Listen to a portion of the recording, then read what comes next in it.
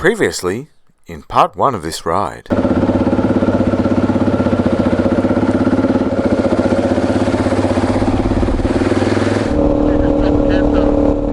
I saw that. Looked like I fell out of a plane.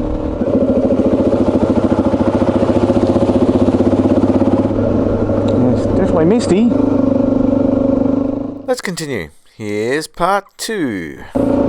G'day guys, Mr. Oz Adventure here, and I'm coming at you today from the Tweed coast, down in the Tweed Valley, on the coast, half an hour to 45 minutes south of the Gold Coast. Just coming into the little town of Moorball now. It is a popular motorcycling destination because you've got the cafe over there, there's a few bikes and stuff in the cafe, but we've also got the famous Moo Moo Roadhouse, big Yamaha over there. It's always worthy of a photo opportunity. The Yamaha and the Suzuki. And I've got the same sticker on my V-Strom. Good old CK. The guy we lost a couple of years ago, a year and a half ago now. The other thing about Moorball is this is the start of the rail trail.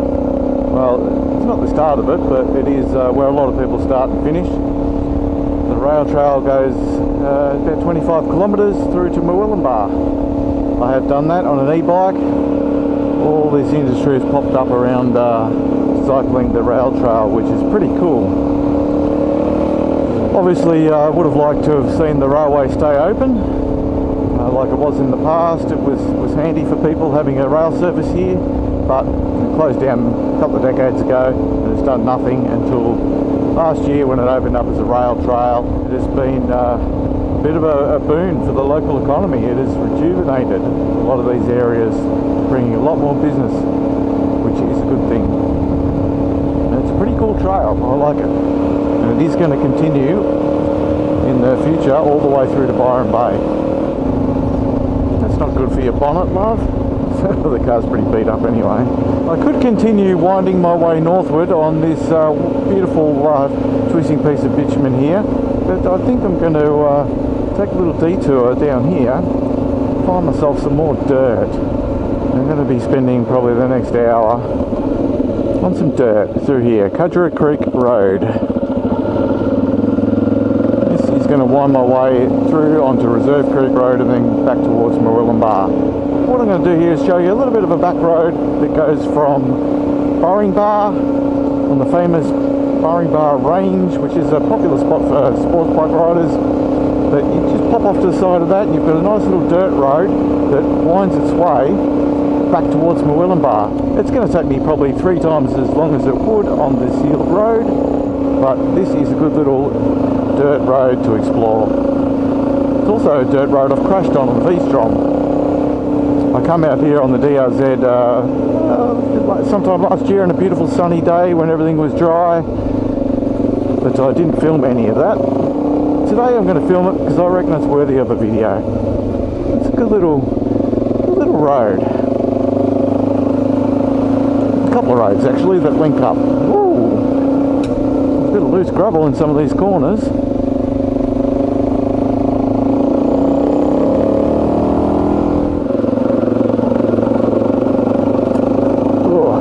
Some corrugations through there. It's a bit rough.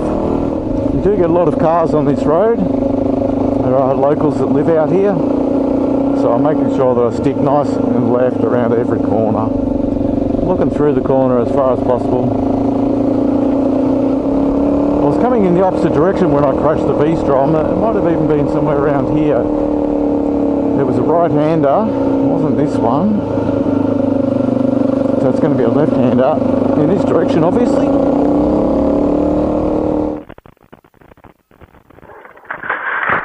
Ah, fuck's sake.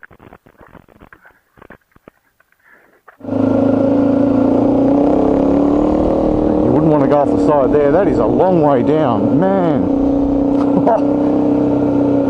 Geez, that could be dangerous.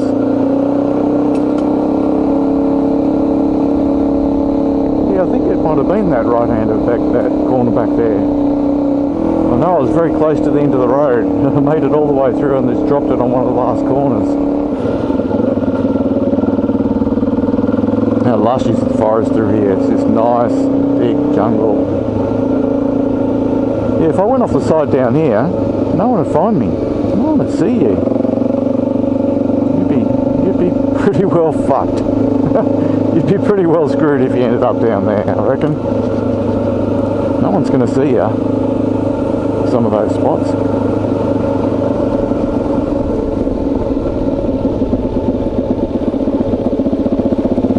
This is why, when you're riding alone and no one knows you're in these places, you just got to take it easy.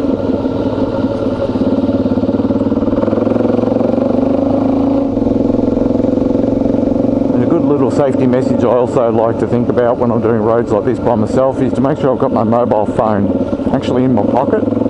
If I do go off the side of an embankment and I end up with a broken leg or something and can't get back up and I'm separated from the bike, then I've at least got my phone on me. It's not on my quad lock down here where I can't reach it. I'll put the phone on the quad lock when it is suitable, but doing roads like this on my own, I'm going to have my phone in my pocket. It's always good to meet these cars on a straight rather than in the middle of a corner.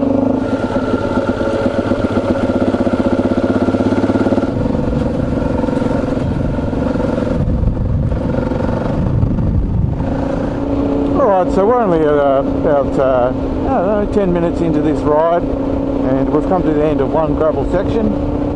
Quite scenic there, following the creek along and the last little section that I rode through on the dirt. We popped out of the forest into this valley here. It's quite nice going through farms and nice little houses, dotted with cows in the paddocks. Beautiful little spot. Ah, I missed it. That snuck up on me. I wanted to turn there. Captain U-turn!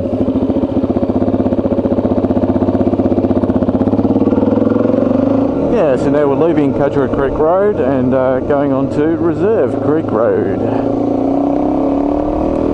This first section of Reserve Creek Road is sealed, as is the other end near Murwillumbah, but in the middle we've got a fair bit of dirt to have a little bit of fun on.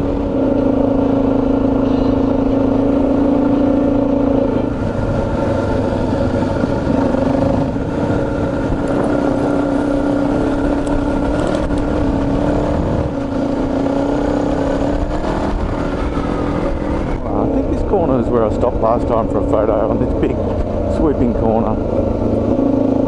The road going in either direction looked quite nice in a panoramic photo. Very corrugated around there.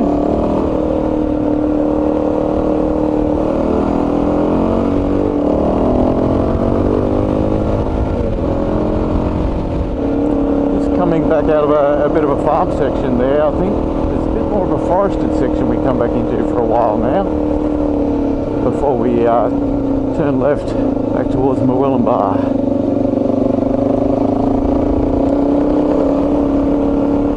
I'm not actually sure if I've ever done this road in this direction, so just having trouble remembering everything about it.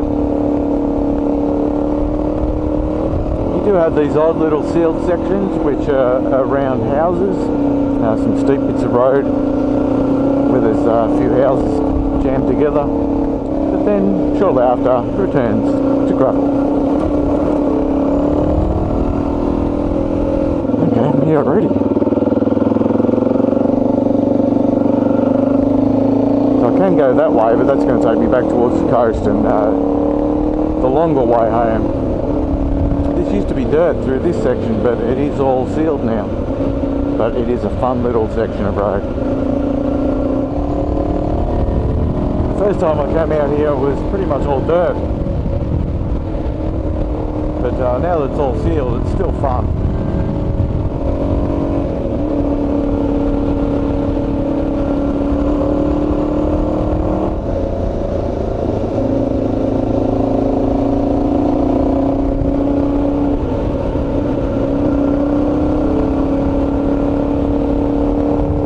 Have a look at the views out there, that is beautiful. I haven't actually done this road in this direction, so that is a nice viewpoint. I knew that was there, but haven't had a good look at it like this before. Looking down over the Tweed Valley back towards Queensland and the other side. That is is where I'm going, up and over Mount Tommel and back to Queensland that way. Oh, it's so good to be back here on a bike again. All of a sudden we're coming back out onto the Tweed Valley Way now. That took me about 40 minutes to do that little detour. If I'd stayed on the Tweed Valley Way back towards Mooball and Burringbar, it would have taken me about probably 15 minutes. So certainly not a massive detour, but it is a lot more interesting than just sticking to the sealed bitumen route through the Burringbar range that most people would do. It's pretty cool. You get to see some interesting scenery. It's just a nice, pleasurable ride through there. I really like it. I could continue up this road back to the main highway and go back to the Gold Coast on the highway, but I'm going to spend a couple of minutes on the Tweed Valley Way here, the main road, and then I'm going to be turning off, going back through the cane fields, head up through Mount Tomlin Road, where I'll climb and wind my way back over the hills towards the Gold Coast, across the border, back into Queensland. So I'm back here now, roughly 4 hours after I came through here earlier. The weather is looking significantly better. There was an absolute truckload of rain last night through the region, but we're looking good now for some fine weather. At least for a little bit anyway. Man, it's been a wet summer.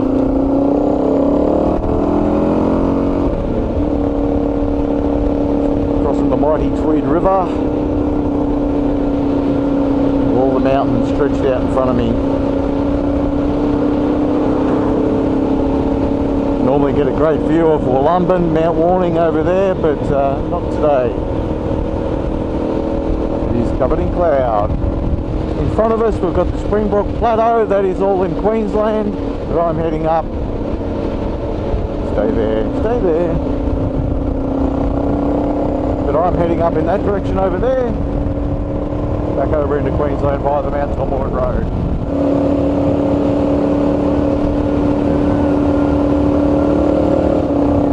It's always a great ride through here. I absolutely love this road, but quite often you do get stuck behind cars. Still, it's a nice day for a cruise. Just gently winding my way through the mountains, taking in the scenery. I don't need to be treating it like a racetrack every time I ride. It's just nice to cruise sometimes. I did make a video about this a few years back on this road. Well, it was quite a few years back now, where I got stuck behind slowed cars, and instead of being impatient and overtaking the cars, I demonstrated the fact that you can just pull over, take a little bit of a breather, wait for the cars to get ahead a little bit, and you wait for the next car to come along the road, and if you've got a significant gap in the traffic, pull out in front of that car, obviously not right in front of it, but you know, you see it coming, pull out, and then you've got a nice gap of maybe a few minutes of freedom in front of you to ride the twisty corners at a pace you find a little bit more pleasurable. This is still nice though. I've had a good ride today and I'm just chilled out on the way home now. I don't care about the fact there's cars in front of me. Alright, just coming to the end of the Mount Tomlin Road. I am back on the Gold Coast, back into Queensland, and the sun is shining in the Sunshine State. It is a beautiful day. The winding roads are going to continue for the next 15 minutes or so, and then I'm going to be pretty much home. Just following the Currumbin Creek out now. This is a nice little ride. A couple more hills to go over just to cut across so I don't end up back on the highway. It certainly is a beautiful part of Australia to live and to ride in. I do love it around here. It is a great place to own a motorcycle. No way I'm going to get a head nod off a cruiser when I'm on a dirt bike. It just does not happen. There you go. Hey, he's on a bit of a dual sport type bike. I don't know if that was a DR650 or what. I didn't get a good look at it. Got a head nod off him though. Some sports bike riders will give me head nods on this DRZ, but cruiser riders seem to ignore me. They don't see me as a motorcyclist. I'm sure I'm just some hooligan on a dirt bike to them.